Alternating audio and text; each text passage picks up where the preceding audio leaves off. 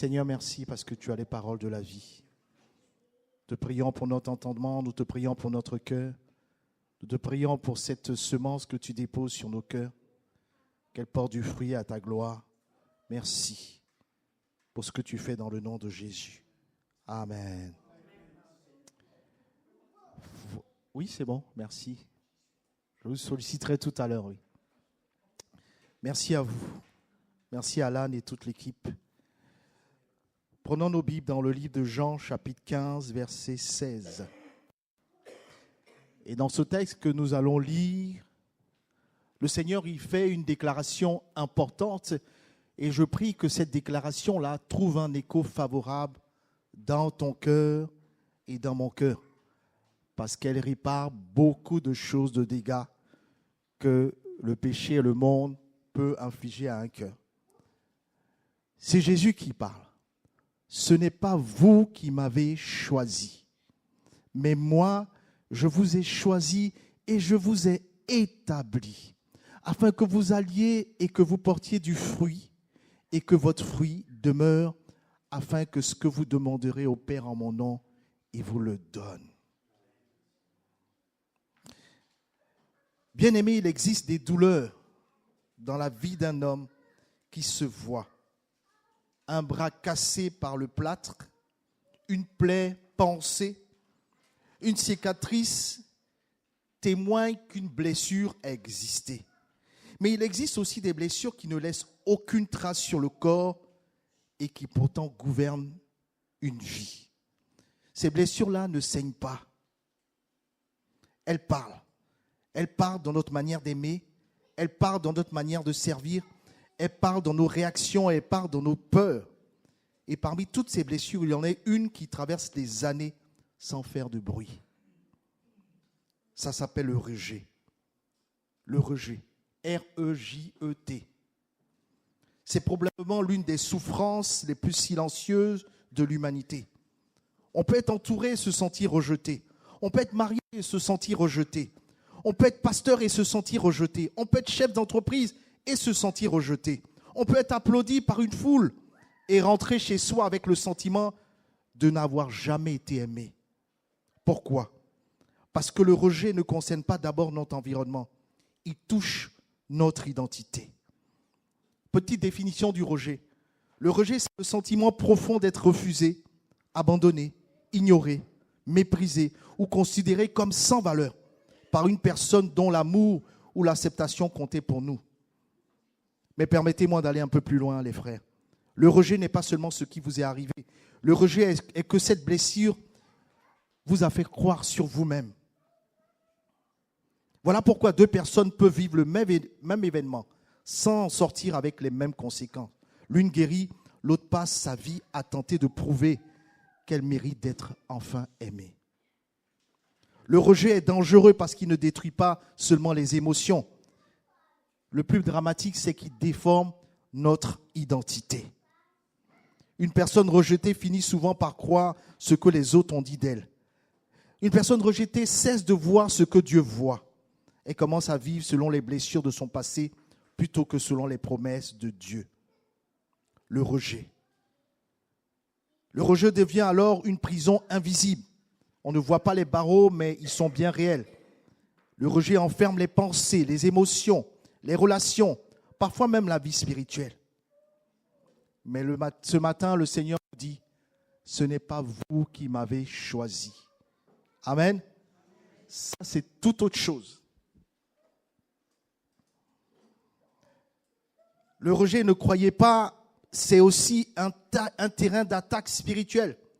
Parce que le diable va chercher à faire croire que tu n'as aucune valeur. Parce qu'il sait une chose. Un homme qui ignore son identité finira toujours par abandonner sa destinée. Depuis le jardin d'Éden, son objectif est le même. Faire douter l'homme de ce que Dieu a déclaré à Ève.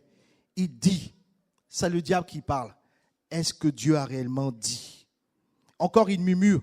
Si Dieu t'aimait vraiment, pourquoi on t'a abandonné? Pourquoi tu as vécu cette histoire de famille? Si Dieu t'avait choisi, pourquoi ton père est-il parti?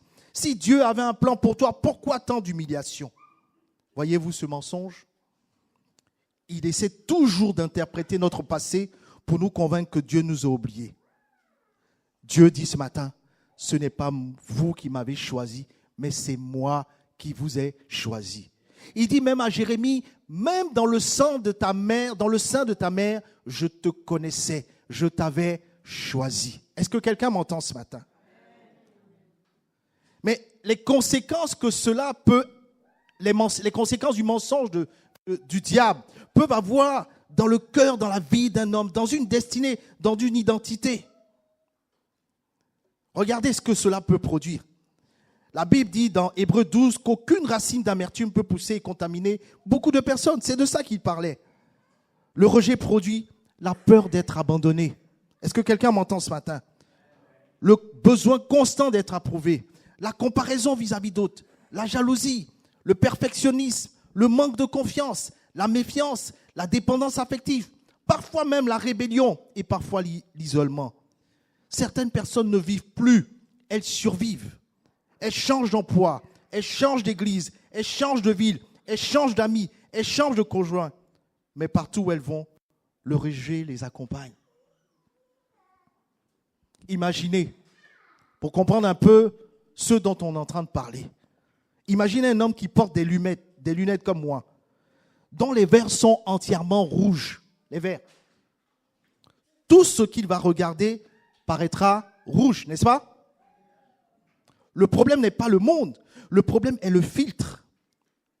Le rejet devient ce filtre dans certaines vies. Même lorsqu'on aime cette personne, elle croit qu'on la rejette. Même lorsqu'on l'encourage, elle entend une critique. Même lorsque Dieu l'élève, elle continue à se sentir indigne. On peut changer d'adresse sans jamais changer de blessure. Le rejet ne te fait pas seulement souffrir. Il cherche à réécrire ton identité. En fait, il cherche à te dire un mensonge. Et c'est là que Jésus prend la parole pour dire à quelqu'un ce matin, pour dire à ceux qui le suivent, c'est moi qui t'ai choisi. C'est là que tout change. Jésus ne commence pas par poser une question, il fait une déclaration. Je t'ai choisi, je t'ai aimé, je t'ai choisi. Quelle phrase extraordinaire. Amen. Avant même de parler du fruit, il parle du choix. Avant même de parler d'un ministère, il parle de ton identité, de mon identité. Il parle de la mission, il parle de la relation. Pourquoi? Parce que Dieu ne construit jamais une relation sur... Dieu ne construit jamais une destinée sur une identité brisée. Est-ce que quelqu'un me comprend? Il restaure d'abord l'identité, puis ensuite il confie la mission. Le rejet dit, tu n'as pas de valeur. Tu vaux rien. Mais la croix répond, tu valais mon sang, comme on l'a vu tout à l'heure. C'est énorme. Tu vaux le sang de Jésus. Et j'aime ce prédicateur qui disait un jour que même si tu es la seule personne qui existait, Jésus serait venu mourir à la croix pour toi. Amen. C'est une vérité. On est tous précieux aux yeux de Dieu. Si on a été bercé par les mensonges du diable, recevons ce matin que nous avons la valeur du sang de Jésus. En fait, Dieu est venu lui-même, il a versé son sang pour que tu aies la vie, pour que j'aie la vie. Alors, une question s'impose. Pourquoi Jésus insiste-t-il autant sur le fait que c'est lui qui nous a choisis? Parce qu'il veut renverser le plus grand mensonge que le rejet a gravé dans notre cœur. Ce n'est pas vous qui m'avez choisi, mais moi, je vous ai choisi. Cette phrase renverse toute la logique humaine. Le monde nous dit, tu dois prouver ta valeur pour être choisi. N'est-ce pas? Mais Jésus répond, je t'ai choisi avant même que tu puisses prouver quoi que ce soit. Amen. Le rejet dit, tu ne vaux rien. La croix répond, tu valais le prix du sang de Jésus. Est-ce que quelqu'un m'entend ce matin? Avant que nous levions les yeux vers lui, il avait déjà posé son regard d'amour sur chacun de nous. Avant que nous prononcions son nom, il connaissait déjà le nôtre. Avant notre premier souffle, notre destinée était déjà dans son cœur. Le choix de Dieu n'est pas une réaction. Amen. C'est une décision éternelle. Regardons l'histoire de David, le roi David. Lorsque le prophète Samuel arrive chez Isaïe, on a présenté tous les fils d'Isaïe, sauf David. Même son père l'avait oublié. Le prophète a demandé, mais ce sont là tous tes enfants?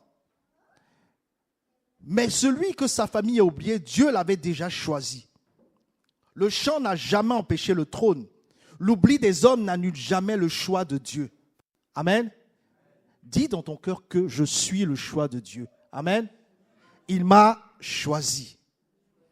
Regardez, une pierre précieuse enfouie dans la terre ressemble à une pierre ordinaire.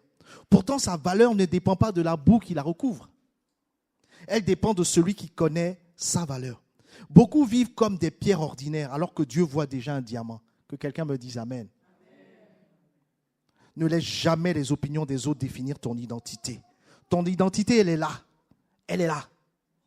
Le regard de Dieu vaut infiniment plus que les applaudissements du monde. Quand Dieu te choisit, le rejet des hommes perd son pouvoir. Amen. Mais Dieu ne nous choisit pas seulement pour guérir notre passé. Il nous choisit aussi pour transformer notre avenir parce qu'il nous a appelés pour une mission. Amen. Tu as une mission dans ta famille, dans ton entourage, pas seulement dans ton mot, dans les mots que tu prononces, pardon. Amen. Je vous ai choisi et je vous ai établi. Le mot établir signifie placer solidement. Dieu ne sauve pas des vies pour les laisser sans direction, il établit. Le rejet produit des personnes instables. Elles changent constamment, elles doutent d'elles-mêmes. Elles vivent dans la peur. Où je vais? Qu'est-ce que les autres vont penser? Mais lorsque Dieu établit quelqu'un, la stabilité remplace l'insécurité.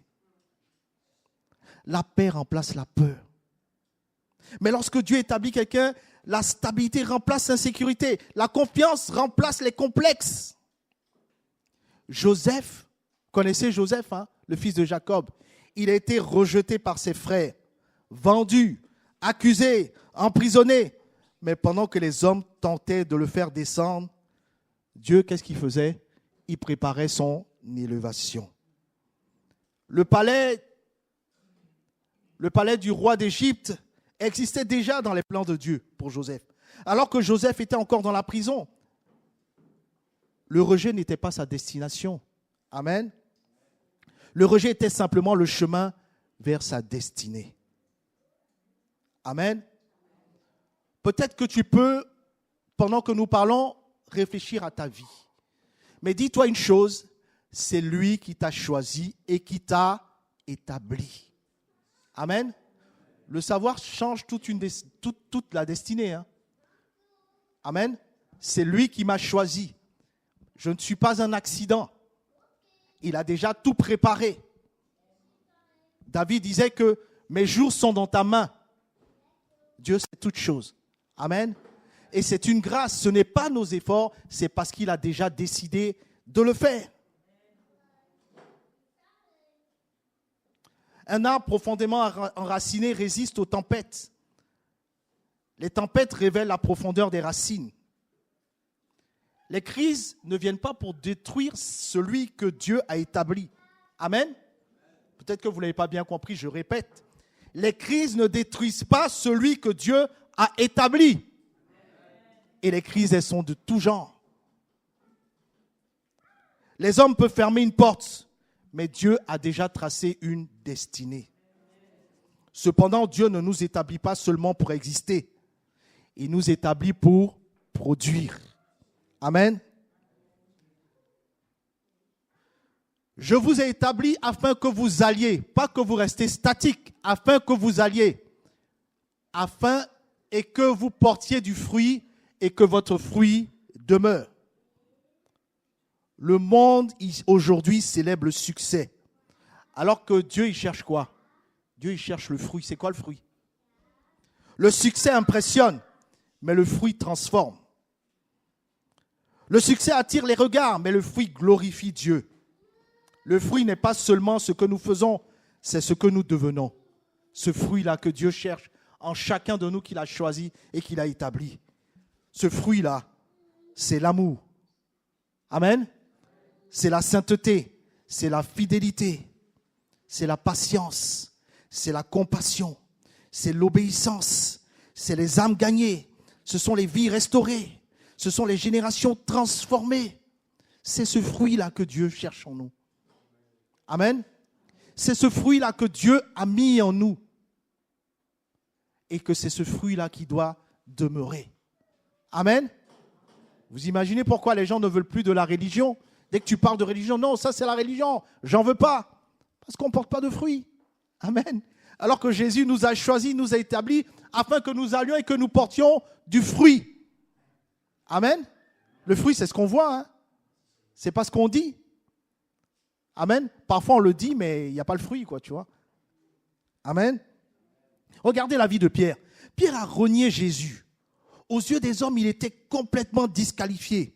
Mais Jésus voyait encore un homme capable de porter du fruit. Amen. Est-ce que quelqu'un me comprend ce matin? Dieu l'avait déjà établi. Mais la crise, c'était pour voir où est-ce qu'il était capable de tenir. Parce que c'est Jésus qui l'a choisi et qui l'a établi. Le rejet de Pierre n'était pas son identité. Quelques semaines plus tard, après qu'il ait renié Jésus, 3000 personnes ont été sauvées par la prédication de Pierre. Vous imaginez?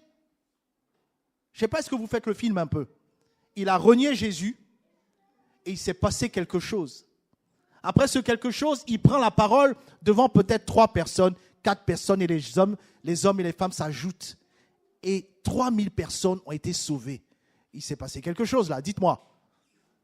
Lui qui avait honte de Jésus, lui qui avait dit, je ne le connais pas. Mais Jésus avait déjà choisi. Amen. Il avait déjà établi. Peut-être que tu es un Pierre aussi. Amen. Pas dans la prédication, mais dans le fruit que tu portes. Est-ce que quelqu'un me comprend ce matin? C'est important que vous compreniez que tout ça est parti du choix. Ce n'est pas un choix, ce n'est pas parce que tu étais capable, c'est parce qu'il t'a choisi. Et 3000 âmes ont été sauvées. La grâce de Dieu en Jésus-Christ était la véritable identité de Pierre. Une branche séparée de l'arbre paraît encore vivante pendant quelques jours, puis elle sèche. Mais le secret du fruit n'est pas l'effort. Le secret, c'est la communion avec Christ. Dieu ne t'a pas choisi pour remplir une chaise, mais Dieu t'a choisi pour remplir une mission. Amen. Le plus extraordinaire reste encore à découvrir. Le fruit que Dieu produit ne disparaît pas. Amen. Ce fruit-là, qu'est-ce qui lui arrive? C'est de la comédie de dimanche? Ce fruit-là demeure. Amen. Il demeure. On va dire de Hubert, on va dire de Francis, on va dire d'Astrid, le fruit demeure. Amen. Voilà comment ça fonctionne avec Jésus. Ne vivons pas sur le rejet et les crises et les situations difficiles qu'on a pu vivre, afin que votre fruit demeure. Le monde construit des monuments, mes bien-aimés, mais Dieu construit des héritages. Une vie peut être célèbre sans être utile, mais une vie remplie de Dieu laisse une empreinte éternelle. Est-ce que quelqu'un me comprend? Abraham est mort, mais sa foi est demeurée. On en parle aujourd'hui. Moïse est mort, mais sa fidélité a demeuré. Paul est mort, mais ses écrits demeurent. Jésus est ressuscité, son œuvre demeure pour toujours. La question n'est pas combien de temps je vais vivre, mais la question qu'est-ce qui va rester lorsque chacun de nous va partir? Est-ce que notre fruit va demeurer? Amen. Le véritable succès n'est pas d'être connu sur la terre, mais le véritable succès, c'est d'être reconnu dans le ciel. Réjouissez-vous de ce que vos noms sont écrits dans le livre de vie. Je veux dire à quelqu'un pour conclure, et c'est ça, je ne peux pas être très long, mais que chacun reçoit les paroles du Seigneur. Peut-être que les hommes t'ont rejeté. Peu importe ton histoire, je ne connais pas toutes les histoires. Peut-être qu'on t'a dit tu ne serviras jamais à rien. Et je peux vous assurer que moi, quand j'étais plus jeune, mon père me l'a dit. Tu n'es capable de rien, tu n'es pas désiré.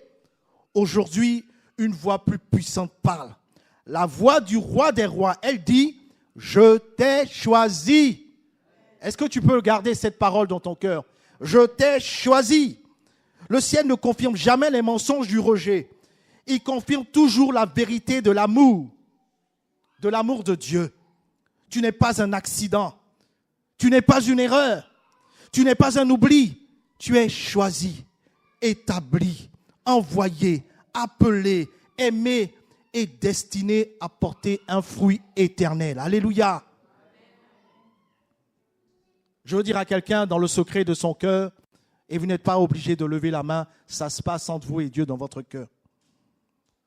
Si tu as vécu le rejet, si ton identité a été façonnée par les blessures, si tu as toujours cherché l'approbation des hommes, aujourd'hui Jésus t'appelle.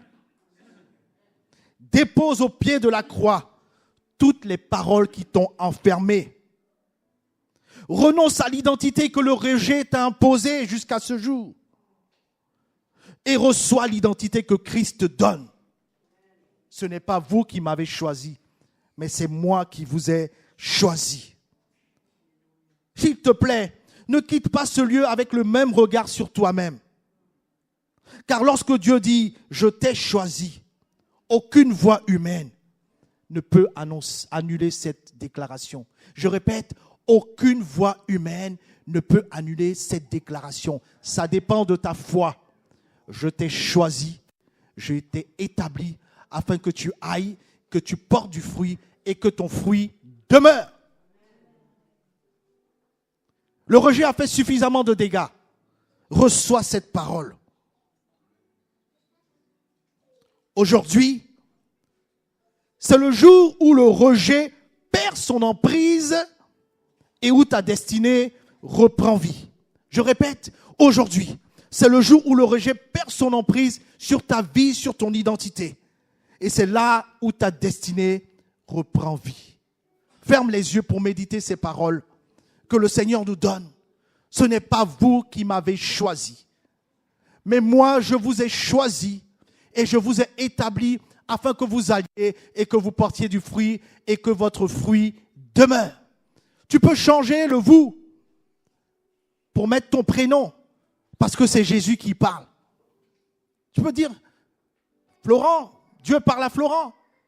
Ce n'est pas toi qui t'as choisi, c'est Dieu qui t'a choisi. Que chacun de nous, en fermant les yeux, en méditant sur ces paroles, Seigneur, je veux vivre sur la base de ton choix. Je veux vivre sur la base de ce que tu m'as établi, non pas par mes capacités, mais par la grâce de ton amour. C'est ça le plus important. Afin que tu ailles, que tu portes du fruit. Du bon fruit que le monde cherche. Et que ce fruit-là demeure, même après ton passage. Alléluia. Père éternel, je te remercie parce que tu nous rappelles aujourd'hui que nous ne sommes pas le produit du rejet, mais que nous sommes le fruit de ton choix souverain, de ton amour souverain. Au nom de Jésus-Christ, je brise toute parole de rejet, toute parole d'abandon, de mépris et de condamnation prononcée sur chaque vie ce matin. Que toute blessure cachée soit visitée par la puissance du Saint-Esprit. Je déclare que les chaînes de l'insécurité tombent maintenant au nom de Jésus. Que les complexes disparaissent. Que la peur des hommes quitte les cœurs. Je proclame ce matin par l'œuvre de ton Saint-Esprit une restauration profonde de l'identité. Là où il y avait la honte, que vienne l'honneur. Là où il y avait les larmes, que vienne la consolation. Là où il y avait le rejet, que se manifeste l'adoption divine. Je prophétise que des hommes et des femmes se lèvent ce matin avec une nouvelle assurance, une nouvelle autorité, une nouvelle passion pour servir le Seigneur. Que les destinées longtemps bloquées s'ouvrent, que les appels enfuis ressuscitent, que les fonds spirituels soient réveillés. Je déclare que ceux que les hommes ont méprisés soient établis par Dieu.